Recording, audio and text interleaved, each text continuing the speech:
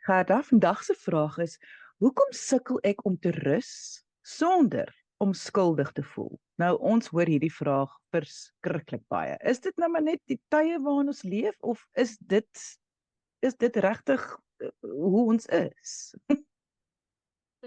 Ja, Lisa, ek dink daar is meer as een faktor wat 'n rol speel hier. Maar kom ons praat gou oor een van die faktore en ek dink ons gaan om daar begin, van lekker wyd begin en kyk na die sosiale konstrukte wat hierdie tipe fenomeen al hoe meer algemeen maak. En dit is die sogenaamde produktiwiteitsfenomeen wat ons sien. Al hoe meer en meer boeke word gepubliseer oor hoe produktief ons moet wees en wat ons moet doen om meer produktief te wees. En ek bedoel, ek sê altyd hierdie dat die 5 AM Club, daardie wonderlike boek wat vir jou vertel dat die top elite van die wêreld staan almal 5 uur in die oggend op. Mense wat nie die boek lees nie, wat net 'n vae idee daarvan het, interpreteer dit dat 5 uur die oggend opstaan gaan vir jou meer produktief maak, meer dinge gedoen kry ensovoorts. En in die proses gee hulle slaapprys om meer produktief te wees. So daar's 'n hele beweging van meer produktiwiteit en ongelukkig betaal mense duur met hulle rus daarvoor. Um, en ek dink dit is 'n sosiale konstruk wat ons sien ontwikkel het eintlik maar sedert die laat 1970s dat produktiwiteit hoër opgestel word, dat mense se werks meer word en dat mense eintlik ook baie meer gee vir hulle werknemers as wat hulle dalk in vorige generasies sou doen. So dis die een aspek daarvan. Ek dink daar's 'n dryf daar agter. En dan is daar ook natuurlik die rol van sosiale media wat vir ons die voorbeeld stel en vir ons die hele tyd wys hoe mense lyk wat baie produktief is. So as jy nou al ooit bietjie tyd spandeer het op sosiale media en jy sal op 'n stadium dalk al 'n videoetjie gesien het van iemand wat hulle noem 'n get ready with me video, waar die persoon op 'n onmenslike tyd wakker word in die pikdonker en dan wys hulle nou vir jou hoe hulle dadelik aan die gang kom. Hulle is dadelik op 'n treadmill besig om fiets te trap en hulle groen smoothie te drink en teen vroeg in die oggend is hulle uit by die deur en dan gaan hulle nou hard werk. Nou, dit op sigself is nie 'n probleem nie, maar die idee wat dit skep is dat om suksesvol te wees, moet jy die hele tyd besig wees, moet jy die hele tyd besig wees om uitsette te gee. En dis net eenvoudig nie volhoubaar nie. Goed, so dit is nou ek wil sê die sosiale kulturele fenomeen wat hiertoe lei en mense internaliseer dit. Ons glo dan dat as ons nie aan daardie standaarde opleef nie, is ons op 'n manier 'n mislukking. Maar as ons 'n bietjie dieper vat en ons vat dit dalk 'n bietjie meer persoonlik, Lise, dan is dit ook so dat hoe ons groot geword het 'n baie belangrike rol speel in hierdie belewenis. So as jy groot geword het in 'n huis waar rus gesien is as swakheid of waar jy nooit net mag ontspan of iets doen wat vir jou lekker is nie. En die voorbeeld wat ek nou hier wil noem en soveel mense as ek dit in terapie bespreek, sal mense sê, ja, dit was presies hoe dit vir my was. Was as jy nou 'n lang dag van die skool af gekom het en jy het op die bank gaan sit en miskien 'n boek uitgehaal om te lees of jy wil 'n bietjie televisie kyk en jou ouer figuur stap in en sê vir hulle, nee, kom, op is jy. Hoekom sit jy so? Gaan, doen jou huiswerk, gaan maak jou kamer aan die kant, gaan maak die tuin skoon, gaan doen jou take. As alles klaar is, dan kan jy rus. Dit leer ons sentrale senuweestelsel en ons hele brein en hoe hy geprogrammeer word dat rus nie veilig is nie, dat rus iets is wat verdien moet word.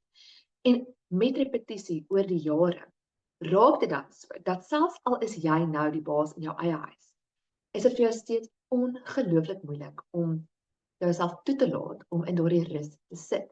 Want jy voel geaktiveer, want jy wag vir iemand om in te kom en vir jou te sê, kom aan die gang, dit raak besig, doen dit.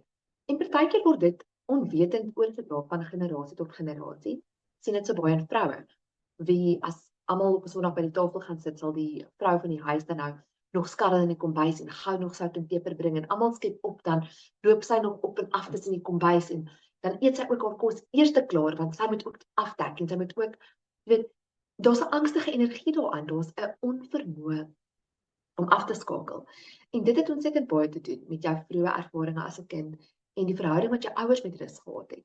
So daar is baie redes en Lisa, ek dink, weet ek het nou die dag met iemand gesit toe hoor ek dat iemand vir my probeer verduidelik hoekom hulle nie op 'n goeie plek is nie, want hulle moet op 'n Sondagmiddag middagslaapie vat en hulle besef dit is nie ideaal nie en hulle weet net soos, jy weet, dit sê so baie en ek was so, Middagslaapie is lewe. Ons almal behoort middagslaapies te vat. Maar dit het vir my ietsie gesê van ons kultuur se verhouding met rus. En dat selfs oor naweke mense nie meer die geleentheid gryp om te rus nie. Mense hulle skedules so vol pak of so vol sosiale verpligtinge pak dat daar net nie meer 'n natuurlike ritme van rus in ons lewens is nie. En tog is dit so belangrik. Ons kan nie daarsonder. Kyk wat jy nou gesê het wat baie belangrik is vir my is daai ding van wat ons ouers 10 vir ons geleer het van jy moet eers alles klaar doen, dan moet jy rus en as jy 'n volwassene is, besef jy dit niks kom ooit klaar nie. Ek bedoel jy kan die skoolgoed nou was en ek kan jou beloof jy gaan dit vanaand weer was en dan gaan dit môreoggend weer en dan jy gaan die skoolgoed gaan nooit stop nie. Wasgoed gaan nooit stop nie. Dinge gaan nooit stop nie. So ek probeer altyd uitwerk hoe dink iemand waar gaan die einde dan nou wees? Is dit nou daar's mos mense wat ook sê ag nee maar ek sal eendag rus wanneer ek dood is. Dan sal ek mos nou die ewige slaap ingaan. En dan wat gebeur fisiologies as jy nie rus nie? Kom ons praat liewers dan so. Nie mense bang te praat of iets nie, maar wat gebeur op 'n emosionele en fisiologiese manier? Wat gaan aan? Ja, dit is ongelooflike interessante navorsing wat die laaste paar jaar gedoen word en definitief as 'n teenantwoord op hierdie geweldige produktiwiteit wat die wêreld nou so hoog en belangrik ag. As ons nie rus nie, dan hou jou liggaam uiteindelik aan om met die byniere kortisol en adrenalien af te skei. En veral as jy begin om jou liggaam se natuurlike energiereserwes op te gebruik. So jou liggaam gebruik natuurlik glikose wat in die bloed beskikbaar is om energie te verbrand en gebruik ystervoorrade om suurstof by al jou plekke te kry en in jou brein te kry en so. En al daardie sisteme, al daardie store word gevul wanneer ons slaap. Goed. So kom ons praat net oor slaap byvoorbeeld, want ons tans is besig om ons slaap in te ruil vir vermaak, reg. Iemand het gesê dat die wêreld se geestesgesondheidskrisis word gedryf deur platforms soos Netflix en Amazon en so voort, omdat ons letterlik eerder sal wakker bly tot watter tyd in die aand of in die oggend en ietsie kyk en ons noem dit rus, maar ons laat onsself nie toe om te slaap nie. So ons liggaam kry nooit kans om regtig deur die store wat gewone energie moet verskaf te herstel nie. So oor 'n lang tydperk as dit kronies raak, kan jy verskeie probleme beleef. Jy kan anemies raak, jy kan sukkel om glikose te verbrand, jy ontwikkel soms insulienweerstandigheid omdat die vlakke van insulien wat in jou lyf is die heeltyd hoog bly, want omdat jou glikose opgebruik word, moet jy die heeltyd eet. So jou metabooliese stelsel is tot laat in die nag nog besig om kos te verwerk en besig om insulien te stuur. So jou liggaam raak ook al so gewoond aan hoë vlakke van insulien dat hy nie meer toepaslik reageer op die reseptors daarvoor nie, wat dan lei tot tipe 2 diabetes oor die lang termyn.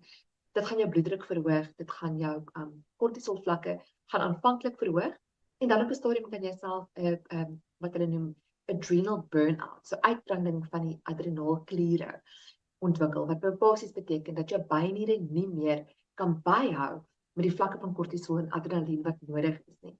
Nou, Lise, van tyd tot tyd is hier nie 'n probleem nie. As jy elke nou en dan laat moet werk, of jy moet laat ietsie doen, of jy is laat by 'n troue, dis okay.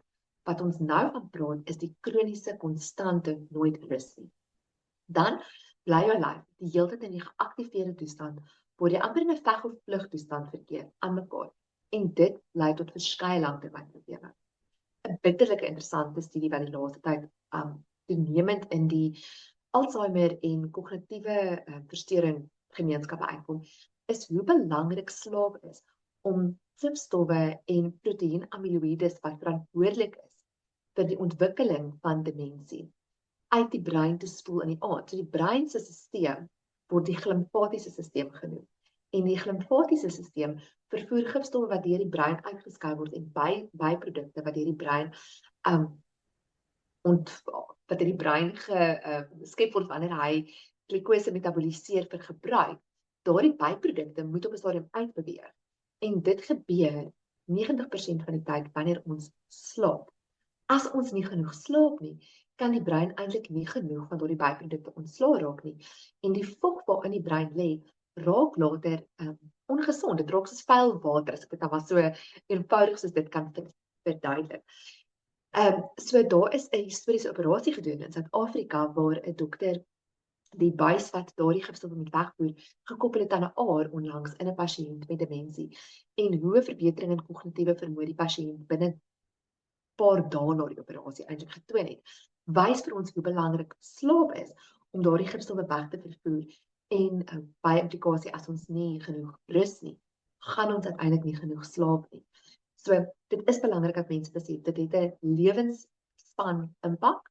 Dit verhoog jou risikofaktore vir amper elke leefstylsiekte wat daar is, van tipe 2 diabetes, regdeur tot hoë cholesterol, hoë bloeddruk en dan uiteindelik ook dan nou kognitiewe versteurings. So nee, Lise, groot impak op 'n fisiologiese vlak. En dan natuurlik psigies, angs verhoog, depressie verhoog en jou risikofaktore vir selfs die ontwikkeling van bipolêre storing of psigose kan ook met daardie tekort aan rus verhoog. Nou, die groot ding is dat dit voel vir my waarop ons neerkom hier is, as jy dan nou rus en jy voel skuldig, voel dan nou maar skuldig, maar hou aan met probeer om te rus, want hoe meer jy dit kan probeer implementeer in jou lewe, hoe meer gaan dit deel van 'n roetine raak. Is dit reg wat ek verstaan? En verander jou verhouding met rus, Lise. Dit is so belangrik dat mense gaan vra, hoekom voel ek oor rus soos wat ek voel? En soms moet jy 'n bietjie met 'n terapeut gaan deurpraat en net gaan hoor, dis okay. Weet een van my kliënte het nou vir my gesê, toe ek vir hulle sê, maar ek dink jy moet meer rus. Begin hulle huil, toe sê hulle ek wag al my hele lewe vir iemand om vir my net toestemming te gee om te kan rus. Toe dink ek, maggies, jy weet. Wel, jy het dit nou, gaan rus. Neem 'n middag slaapie, jy weet, Lise, in sommige lande waar geestesgesondheid die laagste syfers het, is rus inherënt deel van die kultuur. Die verlede jaar het ek en my man Griekeland toe gereis en dit was vir ons iets ongelooflik om in hierdie Europese land te sien hoe tussen 12 en 2 jy nêrens 'n winkel gaan oopkry nie en mense rus. Daar is niks skaamte nie. Niemand vra om verskoning daarvoor nie. Mense rus.